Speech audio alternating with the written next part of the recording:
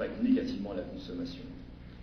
Face à cette loi, nous devons armer nos camarades, car les pressions seront fortes dans les entreprises. Des modules de formation sur la loi issue de la nuit du 11 janvier 2013, élaborés par la Confédération, seront disponibles, ainsi qu'un diaporama.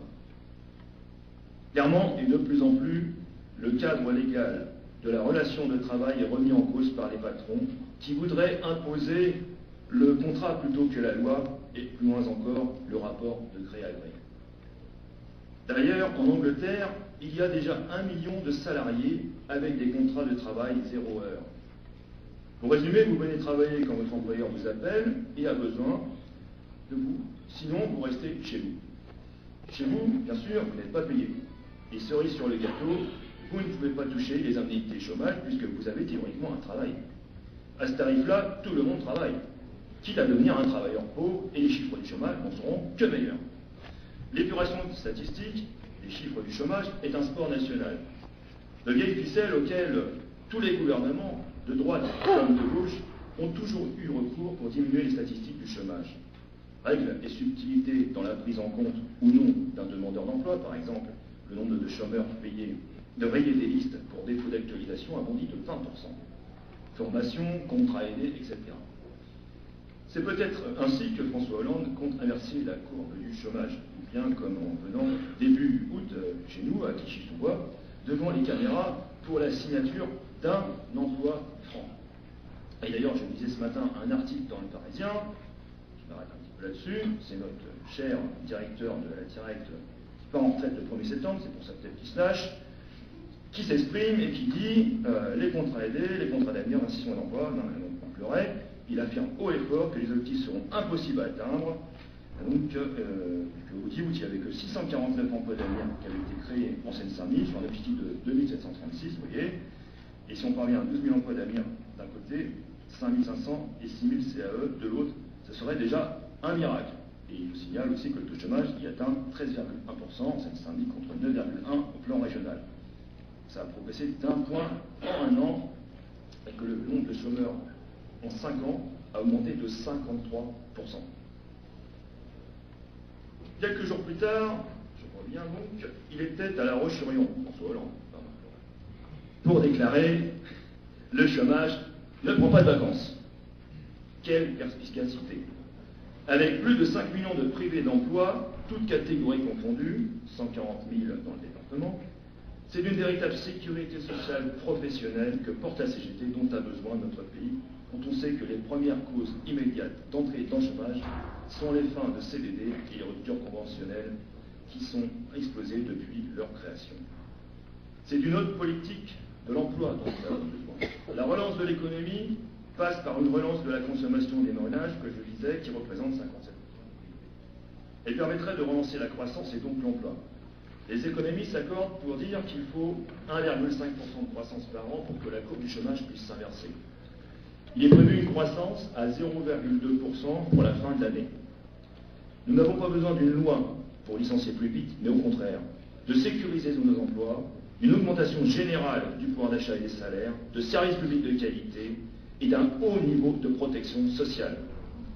En ce qui nous concerne, cette dernière, le patronat continue de mener une bataille idéologique à travers le coût du travail à notre salaire socialisé et le faire apparaître comme une charge qui pèserait sur les entreprises. Notre salaire est composé de deux parties, le salaire net directement versé aux salariés et les cotisations sociales qui font la partie du salaire mise dans un pot commun pour financer notre protection sociale. Cela peut paraître évident, mais il est toujours bon de le rappeler et que c'est ces deux parties qui forment le salaire. Toucher à notre salaire socialisé, c'est toucher à notre salaire tout court. La cotisation peut être considérée comme une grande invention révolutionnaire de la classe ouvrière et qui échappe pour sa plus grande partie encore aujourd'hui au capital. Le patronat ne l'a jamais digéré. Et ainsi, Pierre Gattaz déclarait récemment en parlant de la retraite « Rappelons que le régime par répartition a été mis en œuvre après-guerre. Avant cette date, les régimes étaient purement par capitalisation. » Gattaz, l'homme du XIXe siècle. Et on comprend mieux pourquoi la cotisation salariale et patronale représente 800 milliards d'euros, soit 40% du produit intérieur brut. Sur cette somme, plus de la moitié va à la sécurité sociale. On comprend pourquoi cette manne financière aiguise les appétits du patronat, mais aussi de l'État. En effet, le budget de l'État représente environ 200 milliards, et la sécurité sociale plus du double. Par ailleurs, le déficit de l'État dépasse les 100 milliards, quant à celui de la sécurité sociale tourne autour de 10 milliards. Ces budgets ne lui appartiennent pas, et l'État s'ingénue depuis une vingtaine d'années à les mettre sous tutelle. Pour ce faire, il y a eu l'invention de la CSG, par Michel Rocard en 1991. Puis l'État est entré dans la bergerie avec la mise en place de cet impôt, puisqu'il a pu commencer à diriger la sécurité sociale avec le PLFSS, projet de loi de financement de la sécurité sociale, qui fixe depuis 1996 les dépenses et les recettes de la sécurité sociale, sans pouvoir toutefois intervenir dans le détail des dépenses et dans la perception dévolue à l'institution sécurité sociale, j'ai envie de dire pour l'instant. Avec la CSG, le verre est dans le fruit, avec une fiscalisation d'un système qui a été pensé pour ne pas l'être, justement. C'est pourquoi la suppression de la CSG est plus que souhaitable. Il convient de préciser que la CSG pèse environ 90 milliards d'euros par an, ce qui en fait le premier impôt direct en France, devant l'impôt sur le revenu, environ 45 milliards d'euros par an. Sans rentrer dans les détails, la suppression de la CSG est techniquement et financièrement possible sans mettre en péril la protection sociale. Les annonces du gouvernement sur la retraite de mardi soir semblent écarter l'augmentation de la CSG. Mais pour combien de temps? En effet, une réforme de la branche famille et de la sécurité sociale est évoquée pour alléger le coût du travail. Pierre Gattaz est sorti réjoui lundi de Matignon, qui financerait ce manque à gagner de 34 milliards. Certainement les ménages, via une augmentation de la CSG ou de la TVA, donc sociale, en son temps. Rappelons aussi que la TVA augmentera de 0,4% aussi, d'ores et déjà, en janvier. Les cotisations retraite salariales et patronales seraient, quant à elles, relevées de 0,15% en 2014, puis de 0,05% de points par an jusqu'en 2017 pour atteindre 0,3% au total. Les annonces faites sont aussi une insulte à ceux qui se sont battus lors des précédentes contre-réformes, dont ceux qui sont au gouvernement, et vis-à-vis de la jeunesse. Nous sommes face à un projet de loi dilatoire qui entérine les contre-réformes précédentes, notamment celle de 2003, puisque l'allongement de la durée de cotisation prévu par la loi Fillon, et la CDT était OK à l'époque, rappelez-vous l'épisode Chirac, va continuer pour aller jusqu'à 43 annuités, et les bandes d'âge de 62 et 65 ans ne sont pas remises en cause de la loi de 2010. Il est important de préciser que l'allongement de 40 à 43 annuités s'appliquera à tous, privés comme publics. Les jeunes qui ont un emploi stable à 28 ans apprécieront certainement. D'ailleurs, dès cet été, un appel a été lancé du collectif La retraite, une affaire de jeunes, regroupant 18 organisations de jeunesse. Citons François Hollande lors de sa campagne 2012, « Je demande à être jugé sur deux choses, la justice et la jeunesse ». Ce projet de loi anti-jeunes s'attaque au pouvoir d'achat aussi des retraités. Ces derniers seront mis aussi à contribution car la majoration de 10% du montant de la retraite pour les parents de 3 enfants sera soumise désormais à l'impôt sur le revenu et la revalorisation des pensions est décalée du 1er avril au 1er octobre. Au regard des questions de salaire, d'emploi, de retraite et bien au-delà, il est incontournable de créer un processus de mobilisation en résonance avec le quotidien et les préoccupations des salariés et de manière la plus unitaire possible. De nombreuses luttes ont lieu dans les entreprises sur notre département. Au début de l'été, il y a eu de nombreux rassemblements départementaux pour soutenir la lutte des camarades. Chez Elior à la clinique d'Aulnay, Défi Restauration à Roissy, la maternité des Lilas avec une manifestation de 200 personnes. Chez Simply Market à Villepin, chez ID Logistique à Cluny, chez Eris Messidor à Bobigny, ou bien encore la journée aéroport mort à Roissy avec une manifestation de 600 personnes et bien évidemment la lutte des camarades de PSA. Ici comme ailleurs, le front du reflux s'exprime. La situation sociale et économique se dégrade chaque jour un peu plus dans le pays et dans notre département. Les souffrances sociales doivent trouver dans la CGT des réponses et un cadre pour qu'elle puisse s'exprimer face aux tenants du capital qui vivent au-dessus de nos moyens. Nous pouvons observer à travers ces luttes un esprit combatif, de la disponibilité et de la capacité à se mobiliser de la part des salariés. Et votre présence nombreuse ce matin en témoigne aussi. Je rappelle qu'en 2010, Je me rappelle une AG à Saint-Denis, et on avait déjà plusieurs mois de mobilisation derrière nous. Nous étions 150 à l'Assemblée Générale de rentrée. Nous sommes supérieurs. Comparaison ne vaut pas raison, mais c'est bien de le signaler. C'est peut-être pour cela que le gouvernement avance pas tout prudemment sur la question des retraites. Pendant l'été, nous nous sommes déployés avec les différents matériels à disposition, notamment le 4 pages retraite, l'argumentaire de l'UD, collage. Un espace spécial a été aussi ouvert sur notre site internet, je vous invite à y aller. Nous devons nous employer en cette rentrée à continuer la construction du rapport nécessaire pour les salariés et avec eux. C'est l'affaire de tous nos syndicats, du privé comme du public. Tout le monde doit être sur le pont. Nos syndiqués doivent être les premiers acteurs de ce processus à construire avec une vision durable.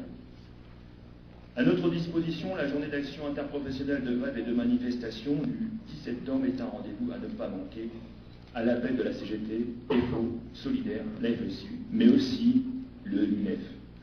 C'est une journée qui en appelle d'autres. Sa réussite sera déterminante pour la suite. Le tract pour le 10 peut être largement diffusé. Nous avons besoin de connaître l'état de préparation de cette journée. À cet effet, un tableau de connaissances existe et a été envoyé. Les analyses et les appréciations que vous livrerez ce matin seront précieuses.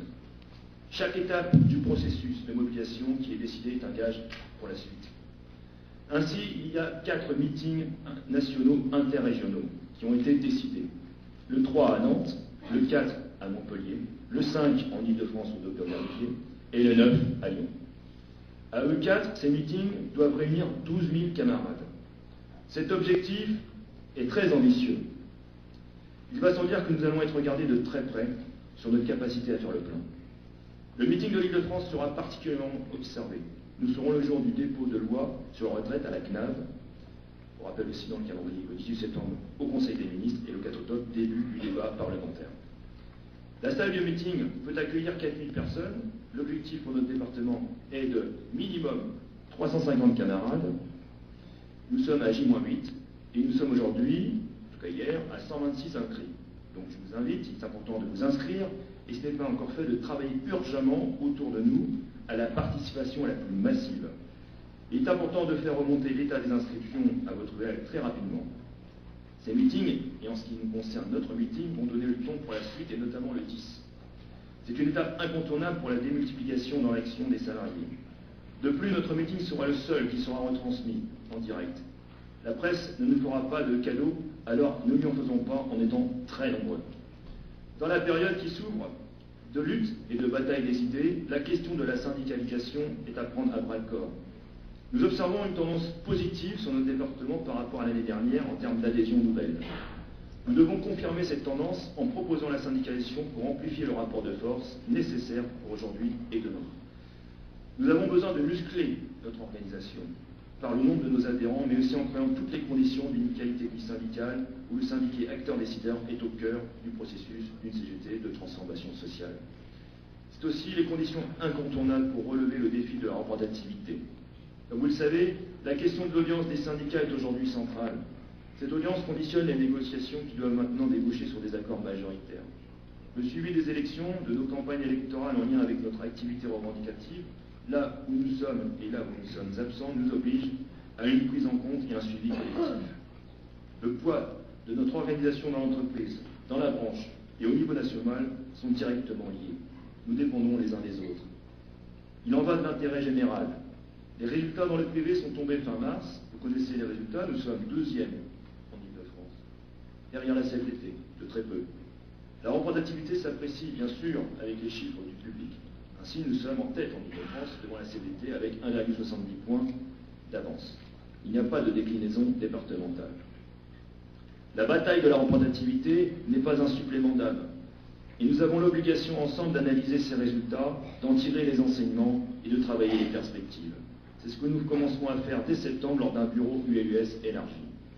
La représentativité dans le privé est d'ores et déjà repartie sur un cycle de 4 ans depuis le 1er janvier 2012, avec les élections dans les comités d'entreprise et d'EP. Partout où cela est possible, nous devons présenter des listes. Et dans les 3 collèges, car chaque voix compte.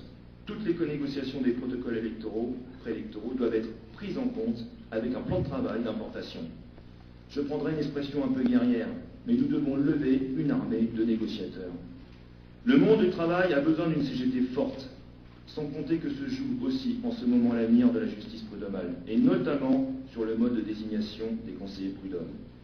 Le gouvernement et d'autres organisations syndicales travaillent sur l'idée que nous n'aurions plus d'élections prud'homales au suffrage universel direct, mais désignées par exemple sur la représentativité. Vous voyez le piège et le danger, mais aussi le recul démocratique que cela serait. Toujours sur le sujet de la représentativité, nous allons, dans les jours qui viennent, créer un collectif départemental de campagne en vue des élections qui auront lieu en décembre 2014 et pour la première fois dans les 3 fonctions publiques de manière simultanée. Ces élections devront être prises en compte de manière interprofessionnelle. En 2015, si tout va bien, 2014, élections dans la fonction publique. En 2015, si tout va bien, ce sera les élections prud'homales. Et en 2016, ce sera de nouveau le tour des TPE. Entre-temps, nous aurons notre 19e congrès de l'UD qui aura lieu au Docteur Saint-Denis du 21 au 28 mai 2014. Vous pouvez d'ores et déjà noter ces dates. Un congrès est toujours un rendez-vous important dans la vie démocratique de notre organisation. Ensemble, nous aurons la charge de nous doter des meilleurs et nécessaires outils pour aborder les enjeux présents et à venir, et d'avoir, comme il est inscrit sur la fiche du congrès qui est dans vos sacoches, une CGT à vos côtés, utile, solidaire, combative. Je vous remercie.